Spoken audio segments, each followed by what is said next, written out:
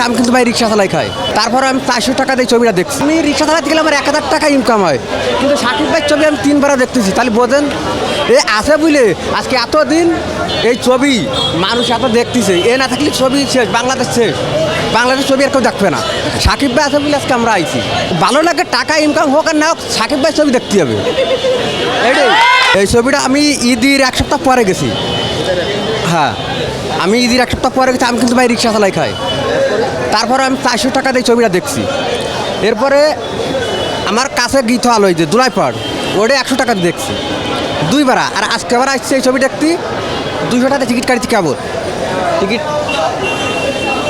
এই যে টিকিট 3বার দেখলাম 200 টাকা নিতে।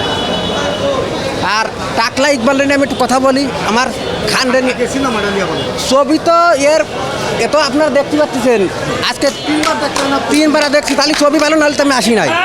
আর আজকে মানুষ দেখেন, আমার মুখটা কয়া লাগবে না, জিল্লু। আমি রিক্সা চালাই, তাও আমি 3বার ছবি দেখতেছি। আর এই যে টাকলা ইকবাল সাকিব ভাই নিয়ে কথা বলে, ও যে ছবি বানাই, ও আমি তো 30টা ছবি দেখবো না, কারণ আমি রিক্সা চালাতে গেলে আমার 1000 টাকা ইনকাম হয়, কিন্তু সাকিব ভাই ছবি আমি 3বার দেখতেছি। তাহলে বোঝেন আর হেরে নিয়ে যে কথা কয় সে মানুষ না।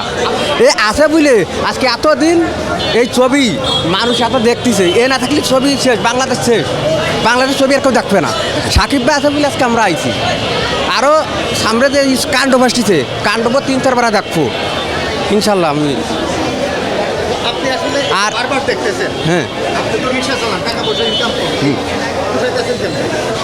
ভালো লাগে, টাকা ইনকাম হোক আর না হোক, সাকিব ভাই ছবি দেখতে হবে। এটাই